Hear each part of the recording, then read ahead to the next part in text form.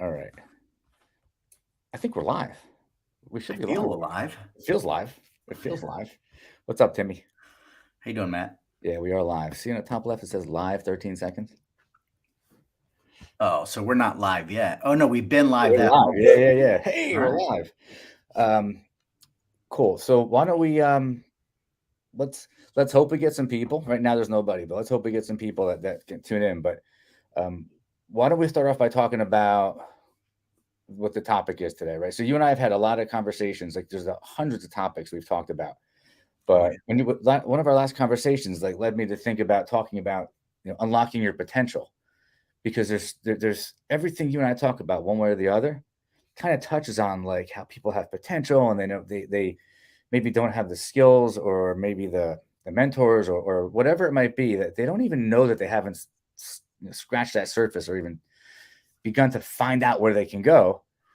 And so then it begins to kind of lead us down the path of like, well, how do you even begin to ask yourself, what is my potential? Like it becomes this like very big conversation, right? It really does. You know? Yep. So you're actually take it. Let me pause for a second. Just give us a background. Give me a background. I met you through Sandler training, and so I know that your perspective is from a sales perspective. And when I'm talking about reaching potential, it could be personal growth, it could be sales, it could be in your relationships. So, I mean, you and I are probably going to talk more about reaching your potential financially, reaching your potential in business and sales. So, just give me a quick background of like, why am I talking to you about this? What do you know? It's funny that you even tried to break it out like that because I like the fact that my personal and my professional life have always seemed to be intertwined. Right? I mean, I don't take my Tim hat off and become Timmy and all of a sudden act differently. I'm kind of what you see is what you get. Maybe that's why I didn't fit in as a Marine. I wasn't serious and tough enough. we we had a conversation. It was like a week or two ago, maybe longer, and I think I was asking you something about when you were in the was it Army, right? You were a helicopter pilot in the I can't Navy, believe you said that. Army, Marines. Where were you? Army is the only thing I didn't touch. I was raised in the Air Force by my dad eventually was a colonel. I Yeah. enlisted in the Navy when I was 18. And I went to the Naval Academy and then I kept wanting my life to be harder. So the Air Force wasn't hard enough, so I enlisted in the Navy. Then I went to the Naval Academy to push myself, and then out of the Naval Academy I went in the Marine Corps. Right. So like I'm talking like talking about potential and reaching your potential. Did you even know? This isn't an interview of you, by the way, but like, did you even know like what your potential was, or No, did that process of going through those different no, branches of the military like force you to say, "Oh my God, what I'm capable of"? I had no idea. no, I definitely did not did not know. I just kept thinking, I wish I was tougher. I wish I was more resilient. I wish I was smarter. I'll just act like those guys. Maybe that's Like because, fake it till you make it. yeah, that's totally it. It worked, by the way. Well, maybe I'm still faking it. You just don't know. I'm just really good at faking it. Pretty good faker. Yeah, Shit. really good faker. But that was the idea. And then you kind of grow into it and you realize that a lot of people are probably faking it and hoping that they'll make it. And then you just have to, once you get in, you just have to earn the right to stay there. And some of that is just attitudinal, right? If you got the right attitude once you're there, people will help take you the rest of the way. They don't expect you to be 17 years old and bulletproof and tough and fast and hard when you get in the Marine Corps. They're going to make you that. Right? Right. And it's like if you ask the question, are you ready to break free from your comfort zone? That, I mean, it's a big question to ask. So you put yourself in a situation where you had to be out of your comfort zone. Sure. Even what you're talking about with what you went through, it totally applies to business, like and anything. Like Yeah. that comfort zone is one of the worst places to be if you want to reach your potential. Absolutely true. And you know what? Here's makes it even harder if you don't mind me throwing you a curveball. Throw it. Is your friends and family are in that comfort zone with you and they don't want you to get out of it. What? Why do you think And that is? well, if first of all, you're 100% right. And that's why we have like naysayers around us and people who are, oh, you can't do that. Or I'll Mhm. just tell you real quick when I was really still had nothing to my name, I had this vision of owning a bunch of real estate, which is something I just wanted to do. And I remember my father-in-law at the time, I'm not even sure if I was married or not yet, but he said to me, he's like, You're a dreamer. He's like, you can't do that. What makes you think you can do that? He didn't mean anything bad by it. He's really not a bad guy, but that's just because that for him was out of his own comfort zone. He maybe never even thought of trying it. And so he's like, what makes you think you can do that? And I look at him now every so often. I'm like, remember when you told me I wouldn't be able to do that?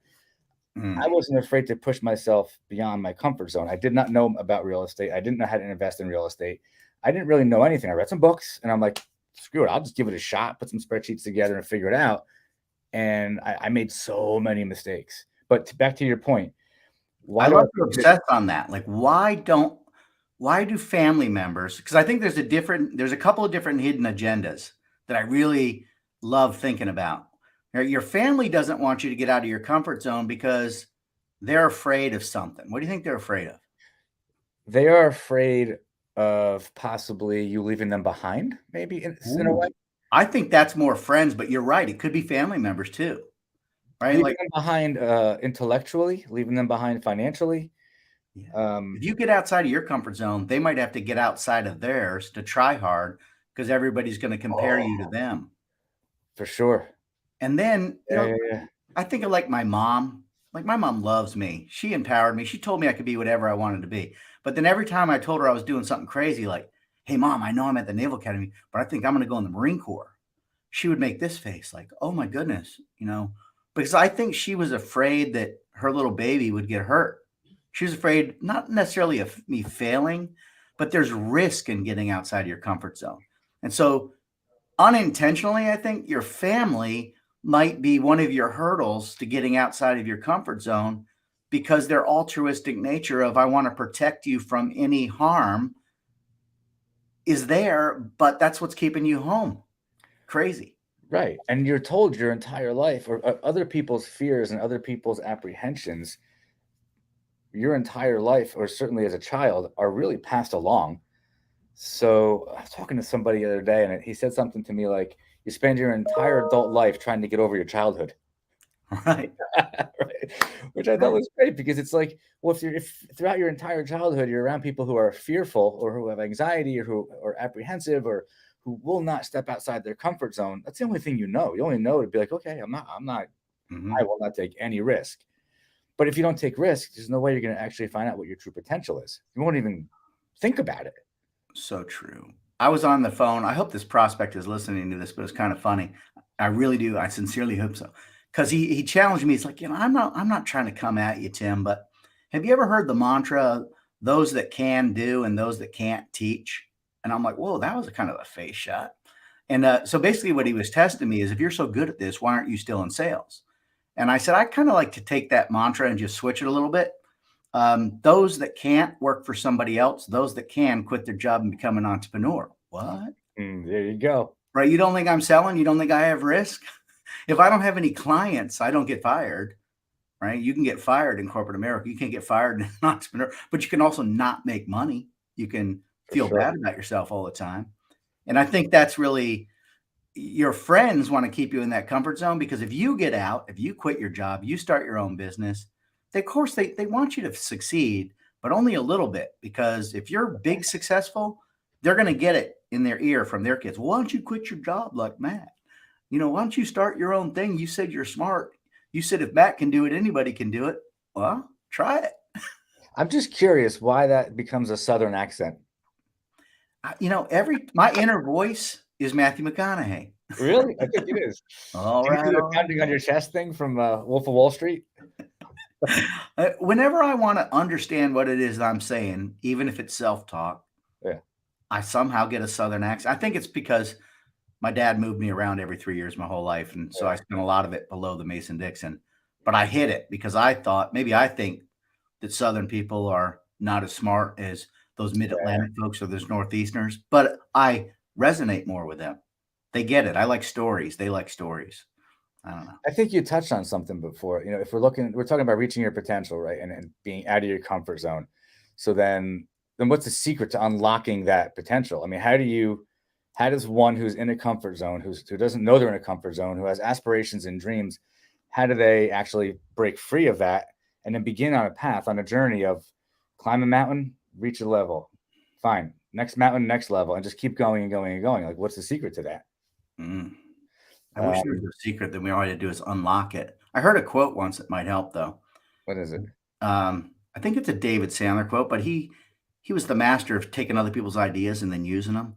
And it was something like this. It was it's not how you feel that'll determine how you act.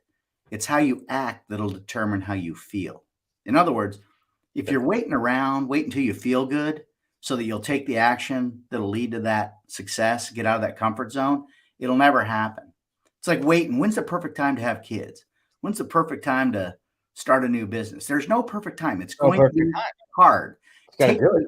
take the action, and then the feelings will come. Right. So just Okay. do the next You thing. just said what you took my answer. But it's perfect. It's great minds think alike. It's action. Like that's the opposite of being stuck. And the way to get unstuck is to take action. Yeah. Give it attention. And something that I've heard many, many times is the idea of be, do, have, which is similar to what you were saying. If you be it in your mind, which is kind of like fake it till you make it, but Hmm. then actually start doing things. Do the things that are going to get you where you need to go or wherever your goal is. You're going to have it. If it's money, be in a money conscious mindset. Be confident. Be sure of yourself. Be in the right places. All the B's, right? But then do the things you need to do. You'll just have what you need to have. If you don't know where you're going, just take one more step somewhere, There and you then go. decide from there. There you go. I love it. But that's I mean, there's no right or wrong answer, but I mean the part of the answer is give attention to what you want to give attention to Hmm. and take action. My daughter rides a horse, and I didn't know anything about horses, but one thing I learned is where you turn your head is where the horse goes. Hmm. And I also heard that about people who are race car drivers. Look where you want to go. Like look where you want to go. The car will follow. Like your Same body thing with will flying follow. airplanes. You got to look down the runway. You can't. That's the only way to take off successfully or land successfully. You got to look way out into the distance. So I think that might be one of the keys, one of the answers to unlocking your potential is that it's I call it be do have, giving it attention, taking action. You give a couple of great examples, but in order to do that, I feel like there's one step that has to come first, which is you got to have the pause, the awareness, like, and that's where it kind of lives. Like, wait a minute, let me just think about what do I have to do? Like, don't be stuck in that fearful, bad habit, broken record of being stuck. Pause, Right. pause, and then choose what you're going to give your attention to. Yeah. Right? It's hard to start, and it's hard to succeed once you've started. But it's harder to stay where you are. It's all about choosing your hard, right? It's all going to be hard. You shouldn't expect it to be an easy path. Nobody's going to admire you for climbing a mountain that's a molehill. You got to climb the real mountain to get the praise that you're looking for at the end. That feeling of the journey was worth it. I overcame the obstacles. It was hard. I love that where I am now. If it's not hard along the way, you're not going to get the satisfaction at the end. There's no question. And that's actually an indicator. It's like a calibration. If you're challenging yourself and you're trying to reach your potential, maybe now you do have a plan. Maybe you are deciding to get unstuck, or maybe you're not stuck. You're just deciding you want a new challenge and you want to see what your potential is. You do need a calibration tool. Like, how do you know if you're making progress? Right? I mean, you have to have some way to know. If you put a plan in place and then you have some way to know, okay, I just got somewhere. To me, one of the ways I know I'm getting somewhere is I'm failing along the way. Mm-hmm. I'm struggling along the way. I feel uncomfortable along the way, and I want to give up occasionally. I'm like, oh, perfect. This is what's supposed to happen. Well, if you don't have all those feelings, are you outside your comfort zone or inside your comfort zone? You're 100% inside of it. You're inside. So the only way you know that you're making progress is if you're worried about it.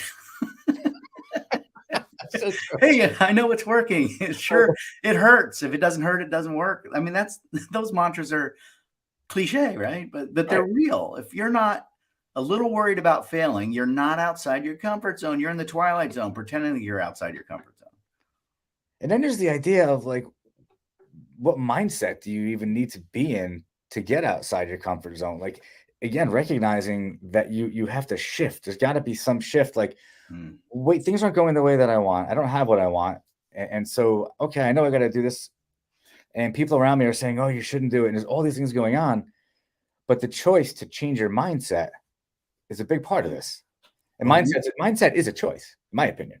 I believe that. And before you start something hard, you have to eliminate one of the choices, which is the choice that I'll quit if it gets hard.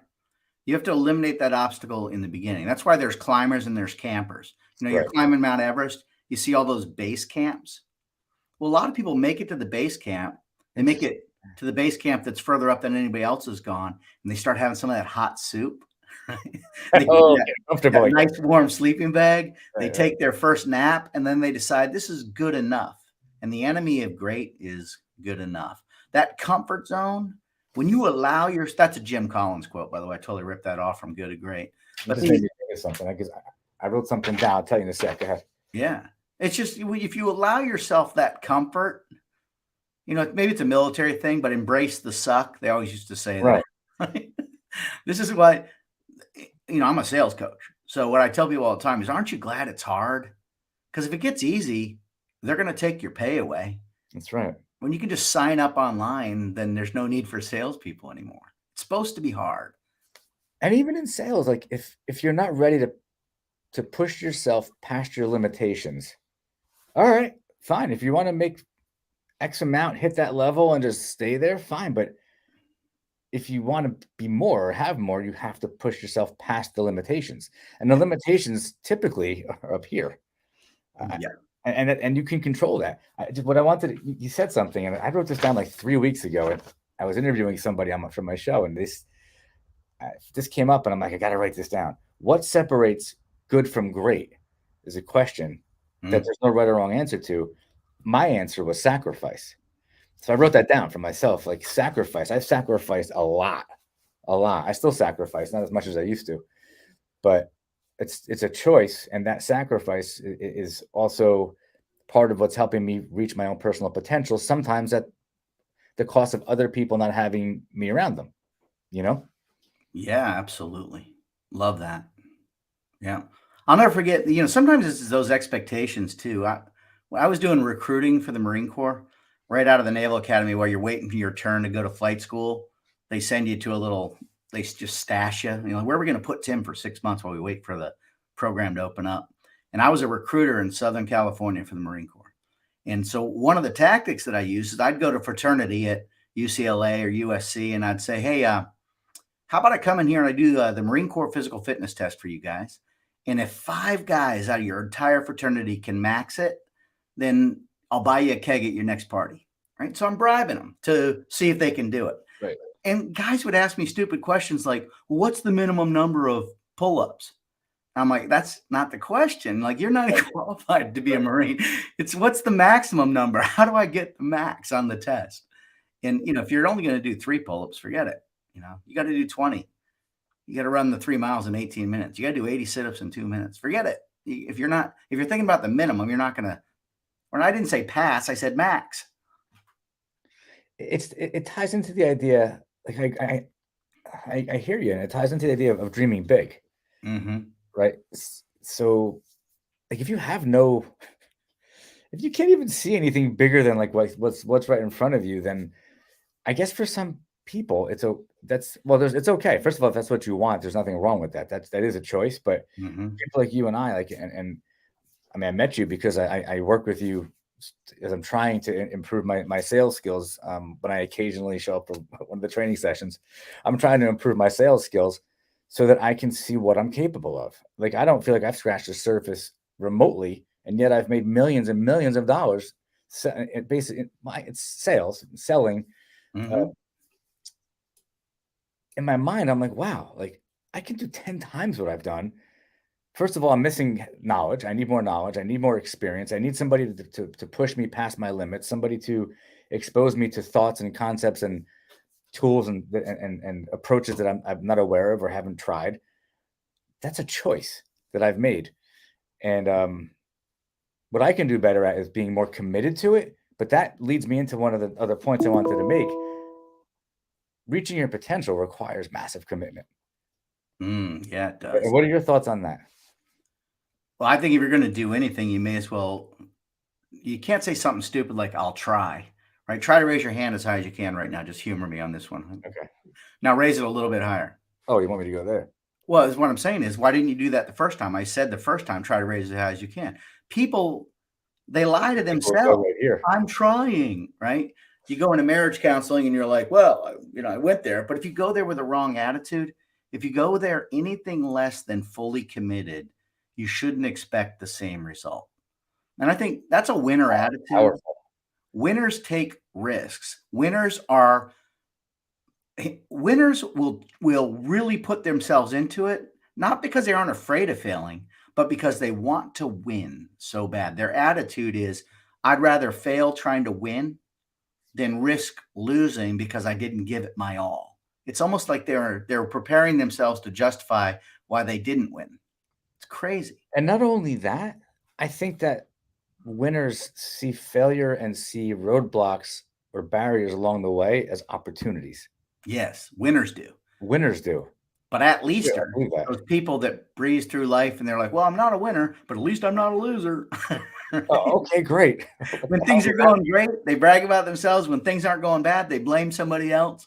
Those at-leasters are everywhere. And then, those, call them non-winners. I don't want to trigger anybody by calling them the L word, right? But I got, how good does it feel? So you haven't done one of these. I haven't done a live, and we just did a straight awesome 21 minutes. We hit some really, really powerful topics, like very, very hard hitting. Like anybody that ever watches this, whether it's today or whatever in the future, we'll put it out there. And you want to reach your potential. We just gave them 5 keys. Like we just gave them 5 very, very specific things that they can do, that they can think when it comes to mindset, it comes to a winning attitude, and reaching plateaus. I mean, we should just hit the stop button and watch this ourselves over again because it's so much fun. It really is. Good information. Yeah. I mean, we can keep going. I feel like we hit the goal. I mean, like we killed it in the past 20 minutes. You just made me think of one more thing, though. Can I throw in Yeah, one more thing? Let's do it. It's your show. When you win, do you think it's because of the effort and the preparation and the commitment that you put into it? Or do you allow yourself to say, well, I got lucky? You're asking me personally? So I'm thinking it's 2 different kinds of people. So yeah, you personally. I don't believe in luck. So if you might be asking the wrong person, because my firm deep-seated belief is that I create my own luck. And so I prepare, I think things through, I overplan. And like for me, when things happen and I realize they don't happen overnight, it could be a year later, but I do know, I'm very aware it's because of the work I put in.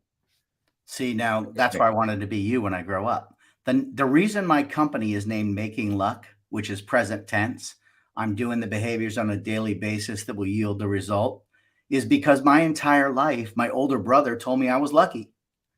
You're lucky you got to date that girl. You're lucky you got into that school. You're lucky you scored that goal. You scored it with your butt, not your foot. Okay, I believed him. And it wasn't until I was a full-grown adult and it was time for me to get my first email address in like 1995. And my brother and I were starting a computer business together. And he said, well, you need an email. And I'm like, okay. So just to be a smart aleck, I'm like, it's going to be makingluck@yahoo.com. That's still my email, by the way. You have it. And the reason was because I was trying to explain to him, I'm not lucky, dude. I just take more risks and I'm not afraid of failing. I fail more than everybody else. And you learn from the failure, and that's the only way to get wisdom. It's the only way to actually continue to grow, so that in the future, when people look at you and say, God damn, you're successful, and they think you're an overnight success, like, well, you can see the past 20 years. I'm going to be grandly successful based on what you just said, because I have failed so often. But every time I evaluate it, right? Why did I do that? I don't want to do that again. I like the winning feeling better than that losing feeling. It's the and this is difficult for I really think for a lot of people. It is the consistency. I'll give you something real quick, and a quick example.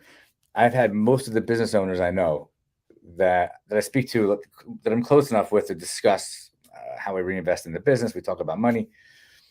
I started investing in search engine optimization, I don't know, like 4 or 5 years ago. And I started little by little by little. And I started adding more and more, 1,000 a month, 2,000 a month, 3,000 a month, 4,000 a month, 5,000 a month, and you keep going. And for years, I got nothing out of the website. I got no leads. I got nothing.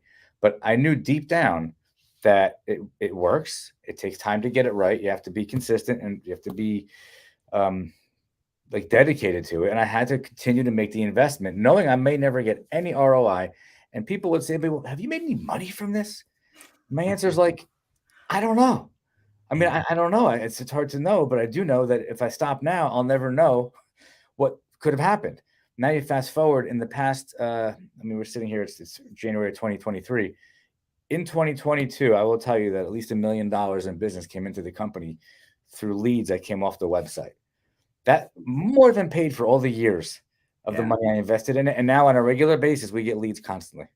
And I've taken over #1 for almost every major category there is in the northern New Jersey area, and where I am down here in Delray Beach, Florida, we're creeping up on #1. There are people that were #1 for years that can't understand how we're getting ahead of them. Persistence and commitment, and we just keep pushing. Years. And as long as you don't lose faith.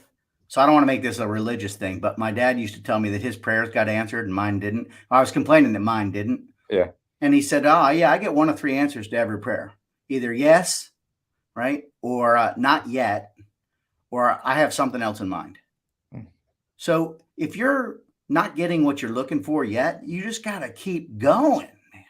That's it. Then there is a point at which you have to say, maybe I'm charging the wrong hill, right? Maybe this isn't my zone of competence, but you only learn that from failures. And you can't go in thinking I'll quit after this many failures. You've got to go in thinking, hey, maybe I revise my plan a little bit, or the vigor with which I pursued that plan. But it's so true. It's like another great topic, which is knowing when to pivot. Sometimes you do need to pivot. Like the example I gave, if it had gone another year or two, I might have been like, all right, maybe I'll like change. Maybe it's really not working. But in anything, you have to know when to pivot, and there's really no right or wrong time. And you can look back in hindsight and say, oh, I should have done it then, or I sold the stock too early, or I bought too high, I bought too low.